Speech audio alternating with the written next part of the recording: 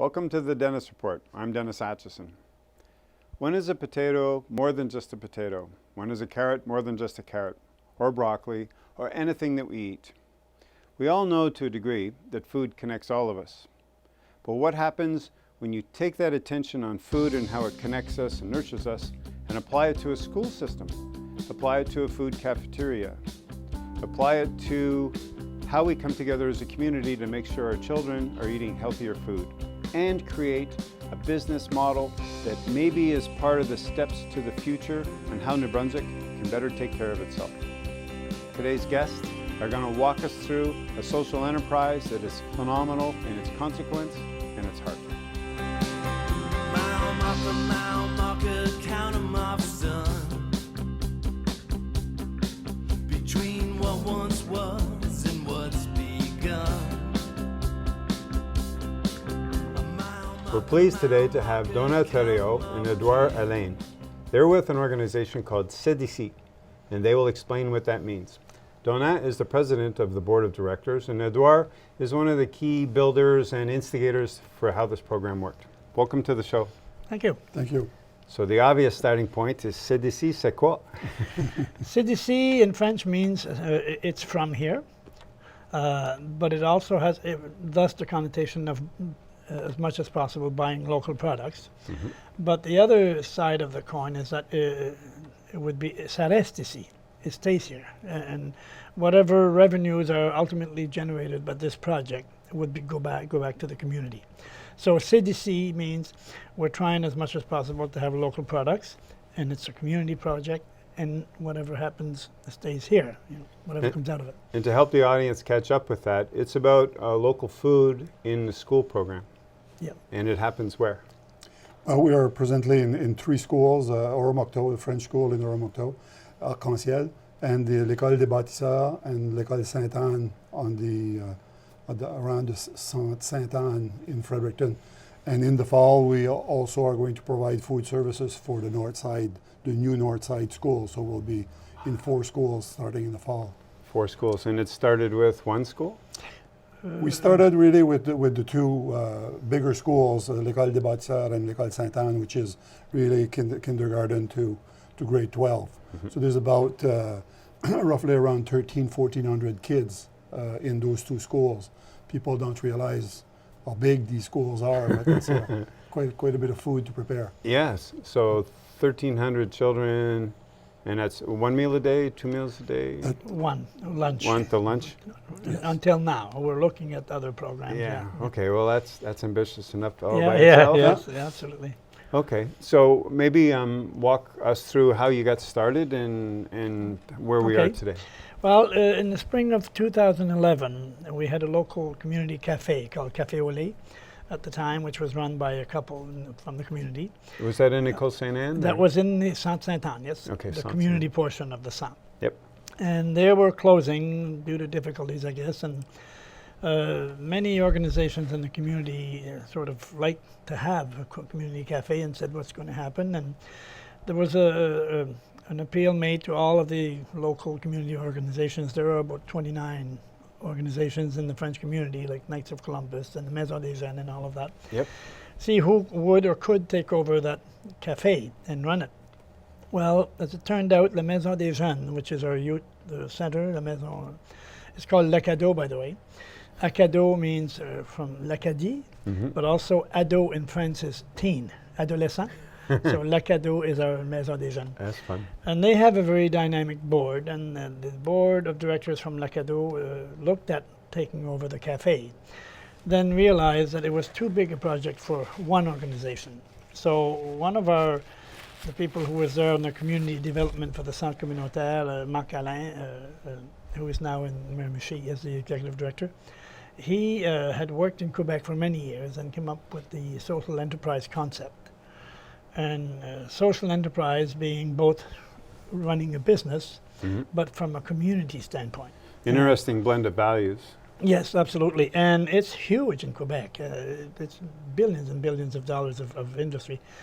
And we thought that this might be a good opportunity because at the same time, the 2 cafeteria contracts were coming due at the schools. And there were concerns about the food services and about the not being able to meet the nutrition policy from the Department of Education. And all of that together got the steering committee set up by the Maison des Jeunes to look at possibly taking all of those services, cafe, schools, and also a catering service that operates from the centre. So the steering committee thought that it would look at establishing a social enterprise model, and went to a firm to get a business plan. The plan was paid for by the Maison des Jeunes. It was kind of their investment in into it? the project. Great. And You the mind plan- asking how much that would? It was $20,000. Wow, no small. No small no amount. small amount for them. But Good it for was them. well done, and it was worth that. And we took from the business plan, and we went to the 29 different or so organizations within the community, and also outside the community. There were organizations like Fred Kids in Fredericton that Yep. were interested, and they joined. Pond Despondé, which was an innovation fund for Yep. Social local- enterprise? Yes. Yep, it'd be right They- up their they- alley. Yes, they Very thought it different. was, yeah. Very different from IT as well. Yes. You know, it's Yeah, food absolutely. related and health related. Yeah. So from there, so through the spring of 2011 and the summer of 2011, we set up the actual mechanism. And we went to each of the organizations in the community and explained what the project was. We got quite a positive response, a very enthusiastic response. Good. And the organizations that were the first to jump into this were the organizations of youth. Maison des Jeunes, Objectif 2000, which is a bursary program for students. The Conseil étudiant d'École Sainte-Anne, the student council. Yeah, student council.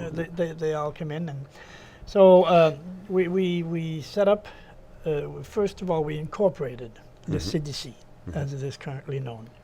And the words, the CDC means le Conseil économique d'innovation culturelle et identitaire. We chose words that Super would match clever. CDC. Yeah. And just so the audience knows, it's CE with an accent aigu and Yep. then D apostrophe ICI.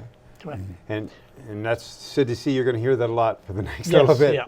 But it's powerful and it's quite magical, actually. So there was a lot of enthusiasm for this, and obviously there was a lot to do. So we went from, let's say, May 2011 to September 2012 before we were able to provide the services Sure. at the cafeterias. Building. But it meant having signed contracts with the Centre Communautaire Sainte-Anne for the exclusive right to provide food Good. services.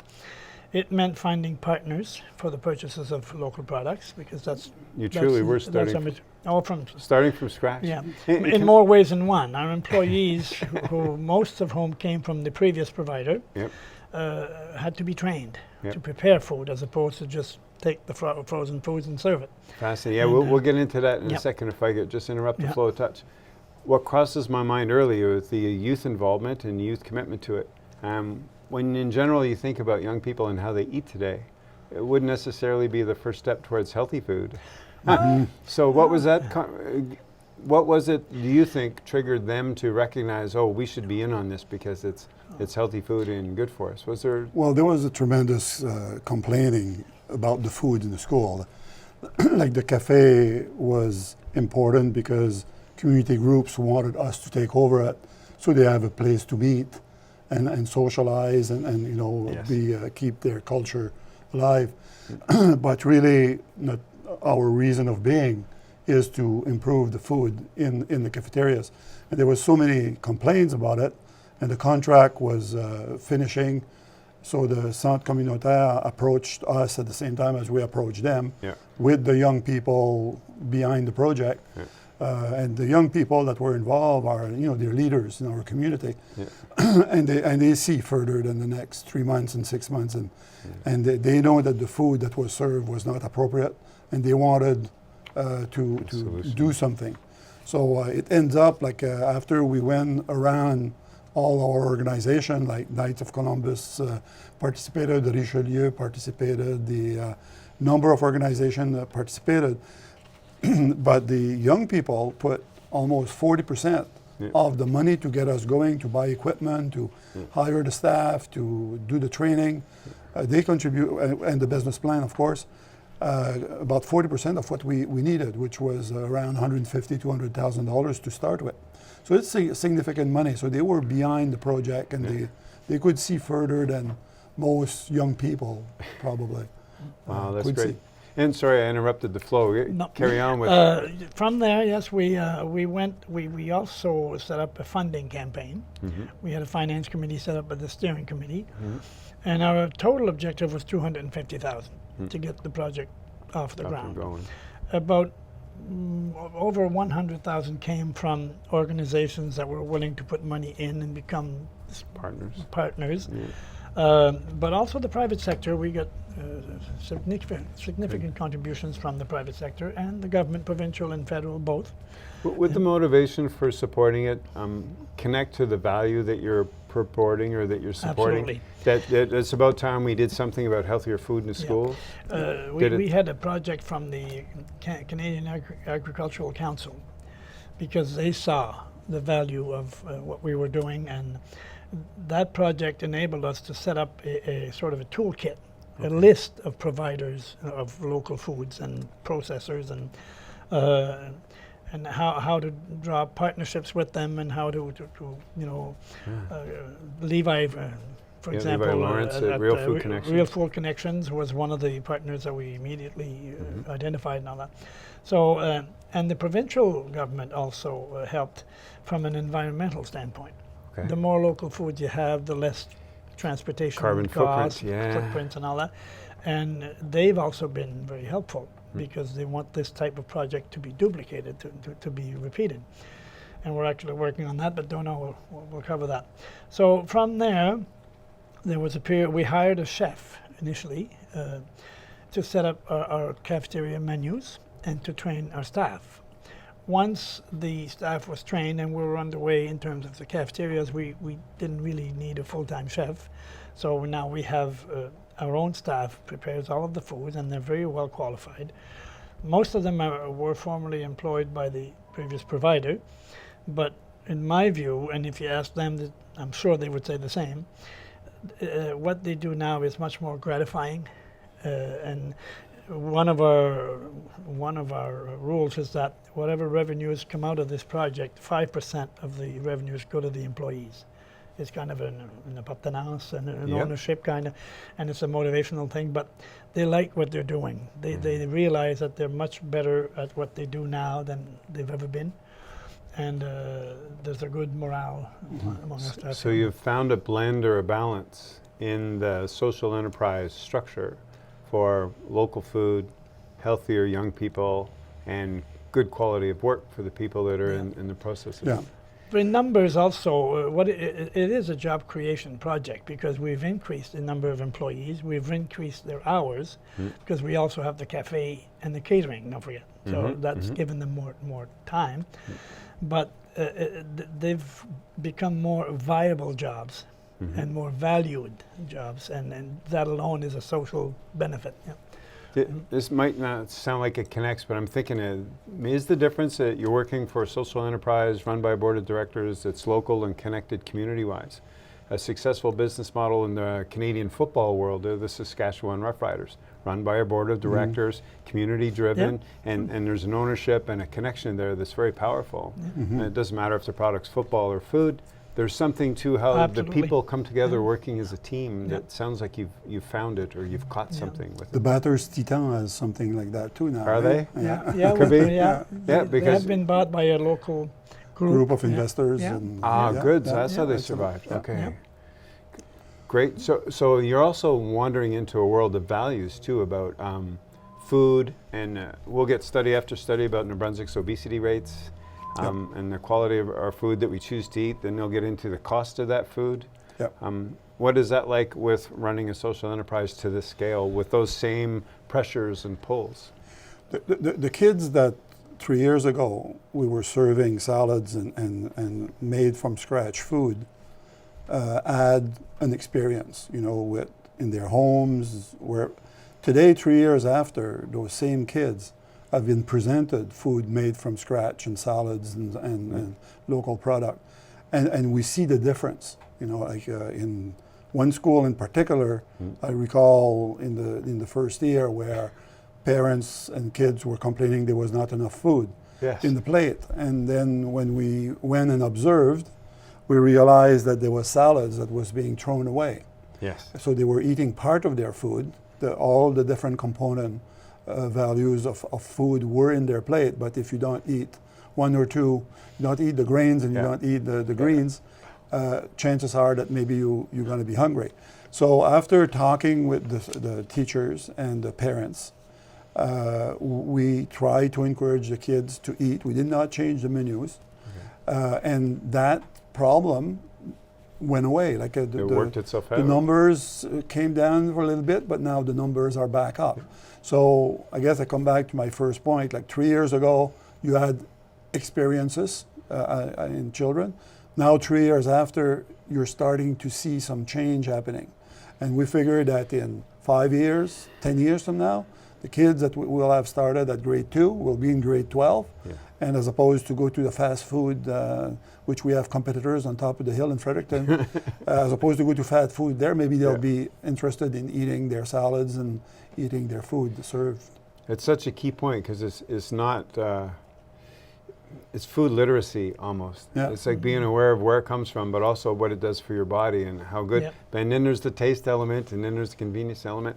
Yeah. When you first started, I'm thinking somewhere out there, there's parents watching going, how did you get kids to eat salad instead of eating chicken nuggets? Yeah, exactly. Like those types of processed food, we try to stay away from it.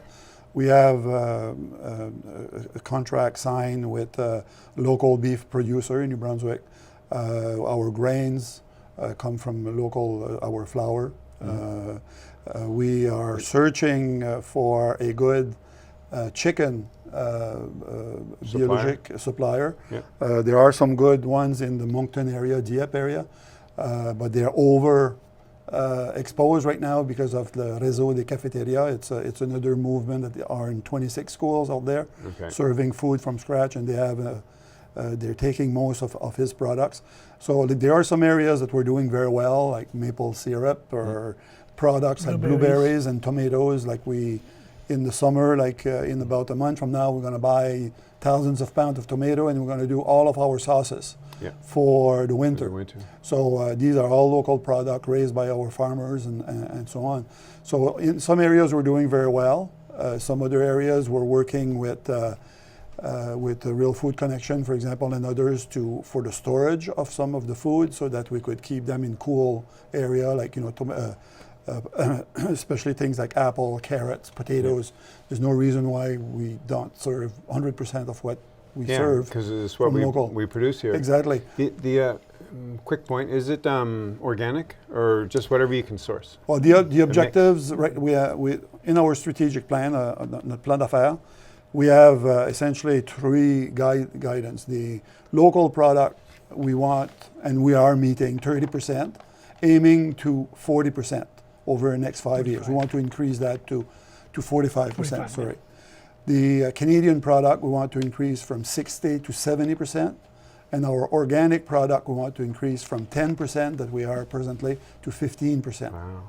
There are issues like in talking with the Department of Agriculture, and I think you were alluding to that a little bit earlier in our conversation. Yeah.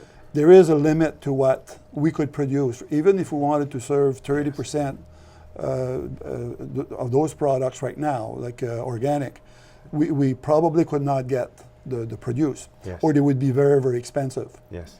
In the Southeast region, they tell us that local products are about 43% more expensive than buying, like, in the big chains of product. And I could believe, I knew it was big, but I didn't think that was that big. Yep. Running an organization like us, about 40% of our expenditures goes towards product, buying product. 40% is the human resources, and then the 20% is for the other things, pay your loans, pay your stuff. So if your food is that much, 43%, that's almost another 16%, 17% on top of your 40%. Yes. Now you're at 56% on the cost of food. Yes. So what we are trying to do to bring that down is to have some agreements with, like right now, the north side of the river in Fredericton. There's 2 schools that are thinking of getting involved in a project like CDC. We're going to work with the Réseau des Cafétérias in the Northeast to try to increase our volumes, to try to bring the price down. We associated with an organization in Fredericton called Food Smart, who provide basket of food. Again, for them, that's excellent because it reduces the price of their local food, and it has an impact on our overall purchase. So the goal is to continue to build those relationships and organize in each of the regions, maybe 4 or 5 regions in New Brunswick, both the production, the distribution, and the preparation of food. These are the 3 anchors of this idea. And if we do that well, and we have transportation of local product and preparation, someone may be very, very rich in fish and local product of the sea. Others may be very, very rich, like the Sussex area, etc., with milk and cheese and those types of things. So the idea, like the vision, is that if we do this properly, each of the region would have both production, distribution, and preparation, and we would exchange possibly from one region to the next. So if there's more resources in one region, that truck may stop at the border of the region of the next region and then exchange some cheese or exchange some fish and then keep their route in their region. And every season it could be a different product that is like that. So that's how we think that if we go forward and we organize this properly. Recently, we met with a representative of Opportunity New Brunswick and Monsieur Desjardins, Pierre Marcel Desjardins from the University of Moncton. And I submitted that if, like right now, we're talking about 26 schools plus a couple of native reserve schools plus us, we may talk about 40 schools out of 311 schools. What's about if we had 150 schools? What about if we had the big FHS and the big Moncton High and those big schools where there is 1,500, 2,000 students? What is the potential of that in terms of developing our agriculture? What is the job potential? What is the job now if we go in half of the senior citizen home around the province? What is the potential if we go in hospitals? And we know the debates that they have, the problem they have with, and the complaints they have with food. Very difficult area to do business. It's not, we should not start in hospital because all the illness, there's all kinds of restriction and control about the food that are served with people that are in institution.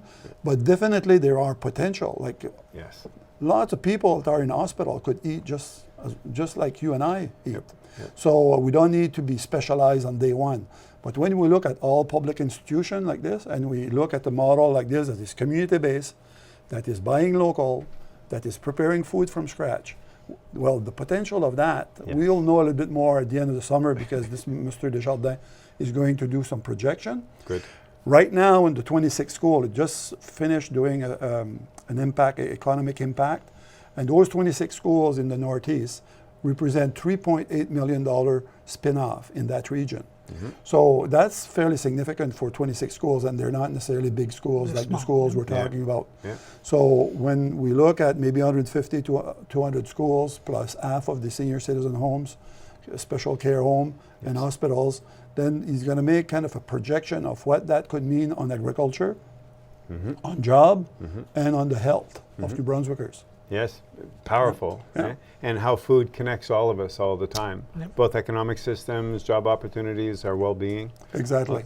Fascinating to listen to you talk because Levi Lawrence has been on the show and he spoke with much passion about there's all these social ills you could fix. I have a tick box, and if more people spent more of their money buying good food and preparing it together and eating together, all these other social things will sort themselves out. Amanda Wildman and Ted Wiggins talking about, well, if we could find someone who would buy these volumes, then we would know to plant this in advance. If we had a contract that would do it. Yeah. So you all represent pieces of a puzzle that 10 years ago, this wasn't anywhere on the That's right, landscape. yeah. And here you are, and so many others have been on the show sharing how close all these pieces are coming together. Yeah. Then that would tie to Peter Lindfeld when he talked about new economic models. How does New Brunswick sustain itself? Clearly, this has to be one of the models once the scale hits Yeah. and the pieces hit.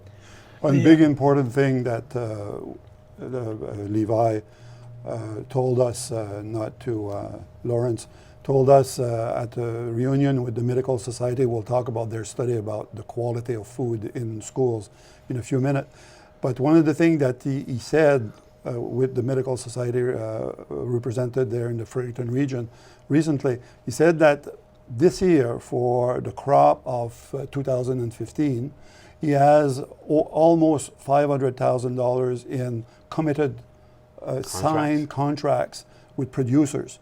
And the Agricultural Association, that's exactly, at a meeting 2 weeks ago on the north side of Fredericton, she said, that's exactly what we want to hear. That's what the farmers need. They need to know that if they plant 10 acres of corn, Yep. that they're not going to lose their corn. Or apples, or potatoes, or carrots, or whatever.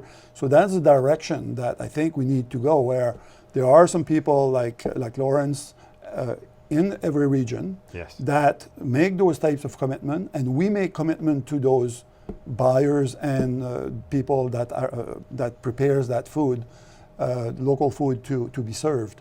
So I think that's the future in terms of developing our agriculture and expanding the number of acres producing acres in New Brunswick. That's awesome. We need to pause for just a minute. Okay. We'll be right back. Here's a short break. Hi, Julianne, how do you do? Between what you give and what you sell.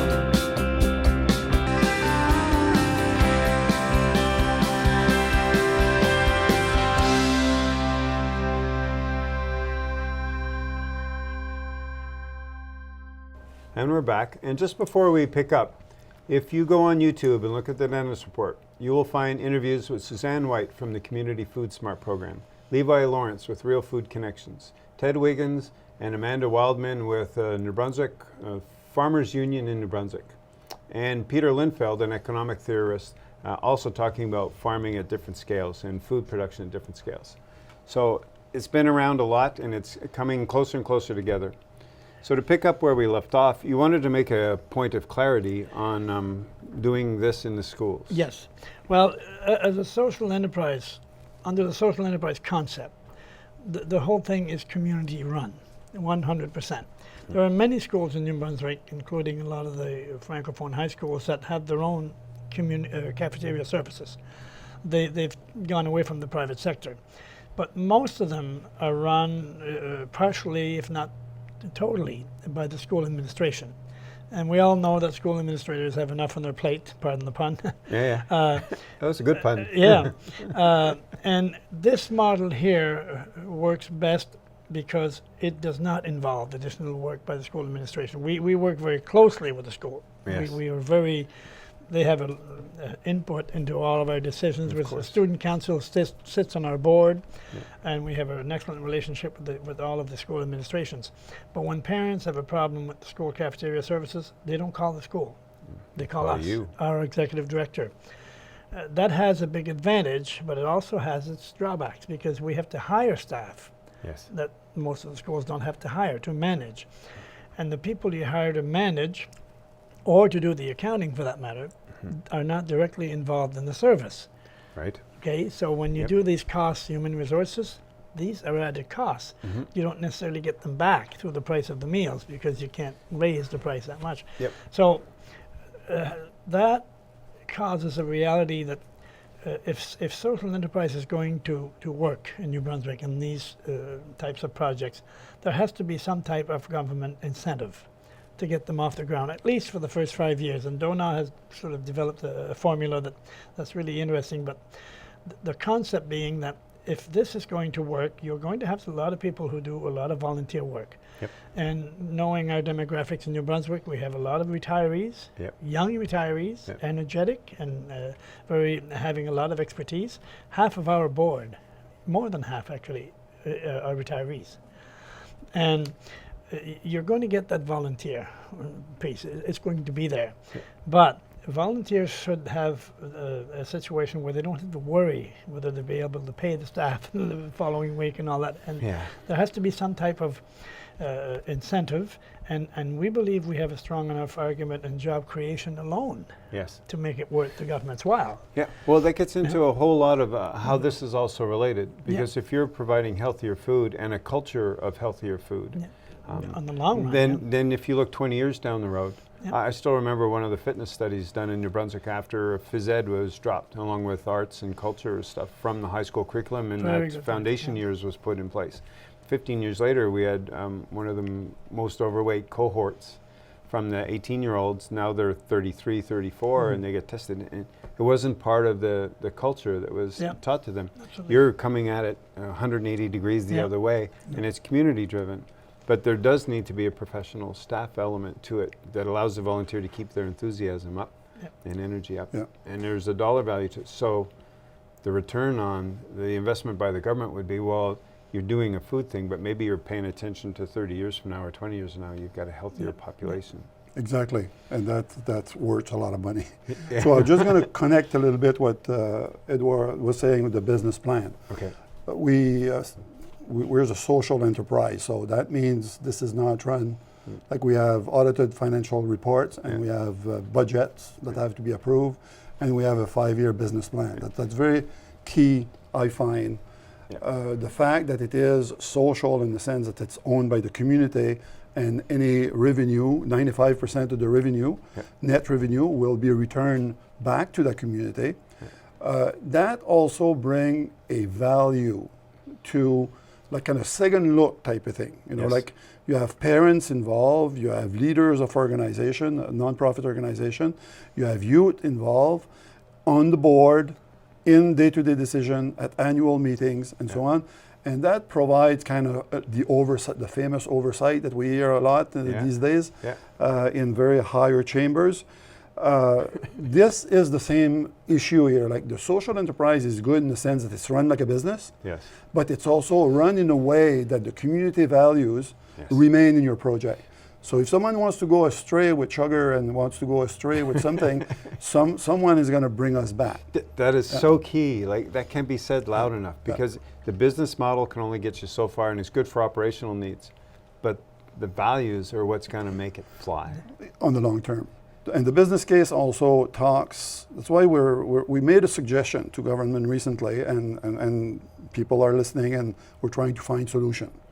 Let's say 3 or 4 schools, like in Madawaska, for example, they're very concerned with the obesity and what is served in schools. Okay, we want to work with those people. We want to give them this model. We want to give them the Réseau des Cafétérias of the Moncton area, Sud-Est model, so that they take the best part of it and that they get going over there, because there's richness in having more hubs like that around the province, and eventually they're all going to be connecting together.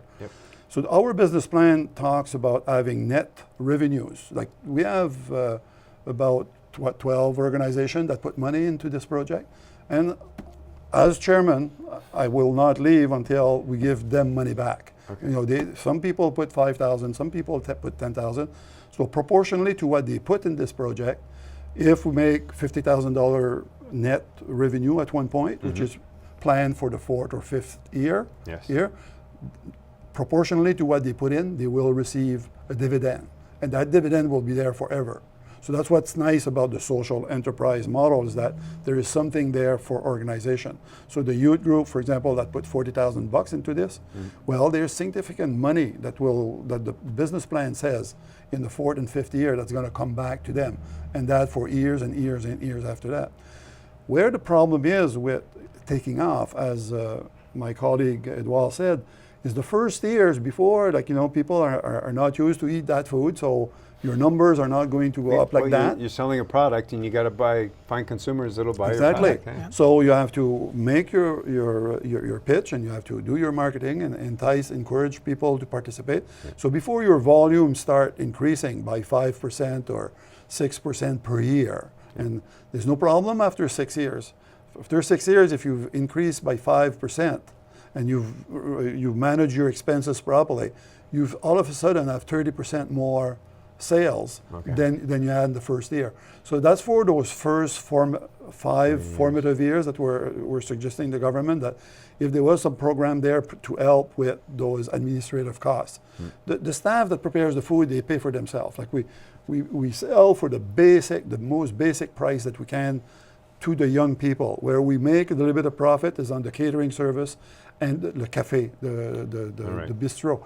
But the cafeteria, we try to keep it as low as we can, because we don't want the money to be an excuse for not eating there. Yes. But the business plan talks about making money in the 4th and 5th year, and we want to make sure that this happens. So if government was to help, like on a decreasing way, like a first, 4th, 3rd, 2nd, and 1 year, that would give a chance to the business to take off. We all know that the first 2 years in a private business are the worst, and that's where there's more bankruptcies.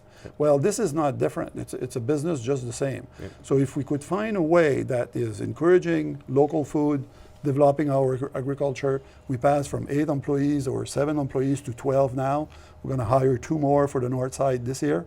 So we're going to practically double our employees that prepare the food. So that's pretty good record right there.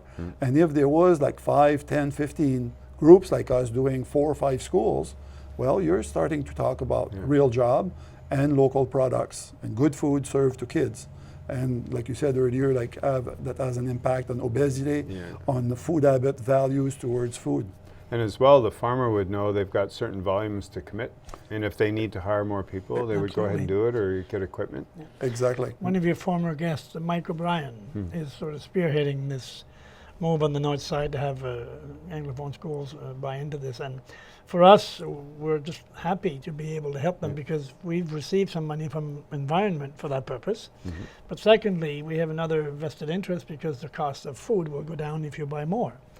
And there may be ways we can cooperate on the administration side, sharing administrative costs, accounting costs, for example.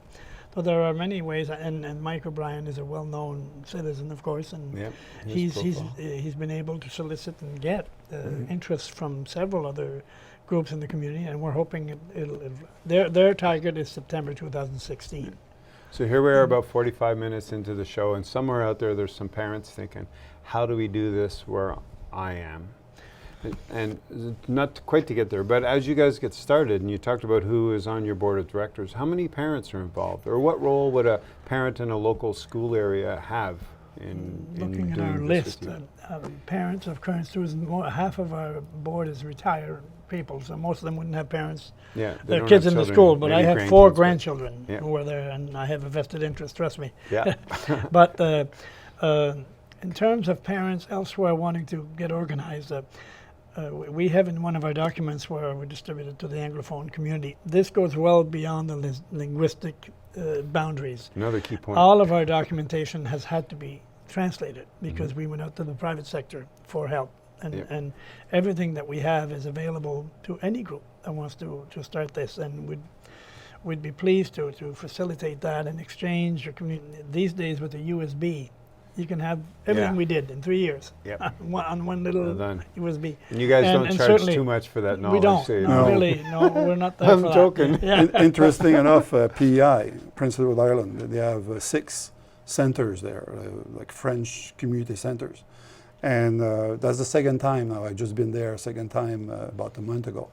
They are very keenly interested. Like PEI is an agricultural province. Like, I mean, and they look at this and they say, well, this is the model we want. So we have provided business plan, our strategic plan, our basic accounting books, and we're ready to share that. Doesn't matter if it's a group from the Miramichi. Matter of fact, our Our first executive director is now the director of the Miramichi Center, and he has as much knowledge as we do. But like any place, like Edmundston, up the river, we are ready to come and make presentation and try to share those documents so that they could, turn around faster and provide food. And benefit from your learning curve, Yeah, and exactly. you're Yeah. plowing the first row, basically. Exactly. So back to the parents. So say someone wants to start it. Would a parents committee, like, do you have a parents committee, or is it a mix of retirees and parents committee and administrators? Like, how do parents get started with this? Let's look at the example of the north side, at the freshest one. Yeah, It's, that would be good. they potentially have 4 or 5 schools there, and they may even have layaways at one point, which would be huge for them. This is but north they- side of Fredericton. by North the way. side of Fredericton, sorry. It's okay. And there's 2 schools that are very, very interested. So what they did, they invited all of the social groups around, and these are parents or grandparents, like they're community people, right? Like some of them are just there because they are of some interest. Some of there were because they are in the food industry, like working either for Department of Health or Education, or they are representing community group. Some are plain parents. So what we did there, like we called a public meeting, we made presentation, the New Brunswick Agriculture Association was there, we were there, Mr. O'Brien was there, and we put the proposal on the table. Public open meeting, there might have been, 30, 40 people there. Yep. And then from that meeting, the goal was to form a comité provisoire, like a provisionary steering committee, Yep. trying to look at all of these documents and make sense of them and what are the next steps. And that's where we started too, exactly there. And they don't need to reinvent the wheel to do the business plan. Yep. We have the base of business plan, like they have their number of students, they know how many kids are eating in cafeteria now. Yes. They could see what happened to us in terms of the first year, second year, the growth. They could look at these models and make their projection of revenues and expenses. So that steering committee is going to look at these things and is going to come back to parents with another public meeting, probably in the fall, winter, and suggest a go forward plan, a strategy. Great. And that's how I think that's the best thing. And if a group of parents are thinking of starting this, think 12 months, think 13 months. Like before you have your first public meeting and you serve your first meal in the plate of a child in the cafeteria, because you have to think of equipment, you have to think of providers, like the producers, and Yes. where you're going to have your agreements. There's lots to copy on, but it still is going to take you time to set up your structure, hire your staff, train your staff, and have food prepare from scratch in some of those cafeteria. From a legal perspective, we have a different situation at the Francophone community here because the Centre Communautaire owns the building, Yes. including the schools. Yes. The schools are rented out or leased out to the Department of Education for schooling purposes. Most parents in most communities would have to go to the district because the district is the one that holds the contract for food services with the providers. Okay. That's where you start. That's your first partner. Okay. And if the district says it can't be done, then you don't go anywhere. So Yeah. the idea would be to set up a steering committee, but then the first thing you do is look for partners, and the district is a mandatory partner. Okay. They have to approve this. And in most cases, districts are very much interested because of all the values that we've, All the values that mentioned, bring yeah. and the way you bring everyone together as Yeah, a team for the business model. Yeah. But also, you had mentioned earlier that studies have been done about the food quality and not Yeah. hitting certain targets. So Yes. the district must be looking for a solution to that. absolutely. Well, the Minister of Education, we met with the Deputy Minister and the Minister of Education, and they're very concerned by the Medical Society study that was done this spring, where most Anglophone schools in the province did not meet Policy 711, which restrict the quality of food that limits certain, like salt and Yep. different things like that in product and lots of the processed food. And it's marked right in the report, like a lot of them failed because they have pizza and burgers on the menu every day. Doesn't matter if they have another main menu. Yep. They still have those things because they're private sector companies and they need to sell. They need to, more they sell, more money they make. So Yeah. they make those things that are more attractive to kids, but at the same time, in terms of salt, in terms of local product, in terms, like they're quick food, fast food type of things. And that's one of the main reasons in reading the report why so many schools failed. The schools that were really, really successful, there were 8 categories. The best one was they looked at 2 or 3 native community schools where they had really made huge effort in the last 3 or 4 years in providing good food, and they came out the best. All right. The second category, the second best, was included us, CDC, but included the Réseau des Cafétérias and a Cambridge Narrow School that started doing work on this like 3 or 4 or 5 years ago. Like I mean, they're not at their first meal there. They really understand good food, and they have worked on it with the Department of Education, with the school districts and so on. And all the menus are like ours. They're reviewed by nutritionists to make sure that they're conform to policy 711 and better. And those are the best ones. Then after that, there's 2 other categories that there's still a little bit of green in it, but the top 4 there, which was a lot of school, like they interviewed over 100 schools on 311 schools. And most of those schools failed policy 711. So the Department of Education, Department of Health, like what Mr. Boudreau said last week, that himself, he has to look at his lifestyle. You know, like I think he was genuine in saying that. He's a good man. And I know that the Department of Education is very concerned about that. They're looking to find solutions that are affordable because they're all pressed by money. So they can't go and start preparing food in cafeteria like they have. You know, they have their own mandate to work at to make sure they meet the program, the education program and the health programs.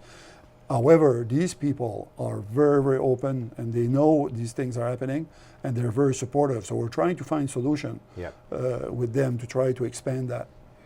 It's exciting times.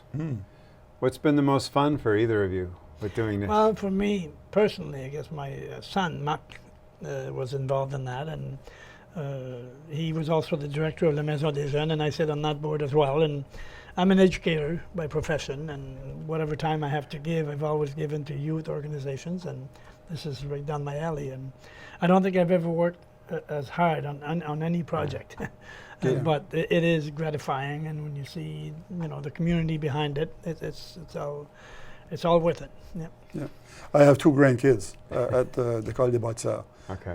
8 and 9 years old, and I find out if something is not served warm or it's not meeting according to them exactly what the policy says about good food, I know quick.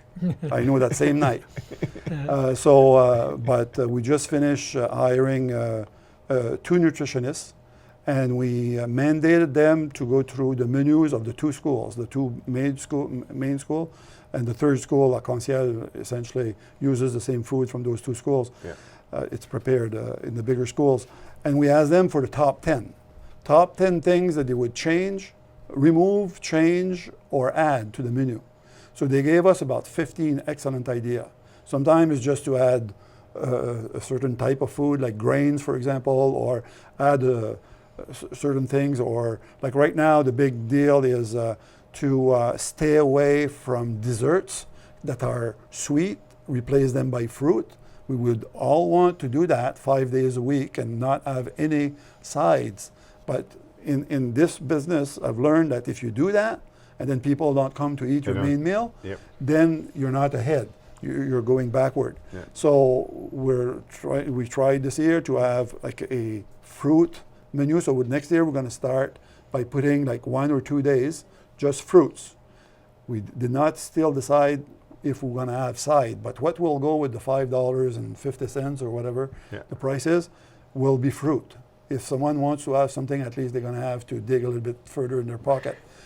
But we can't just remove it. If we remove it, then people are started saying, well, we don't want to go there because we'll go somewhere else where we could eat what we want to eat.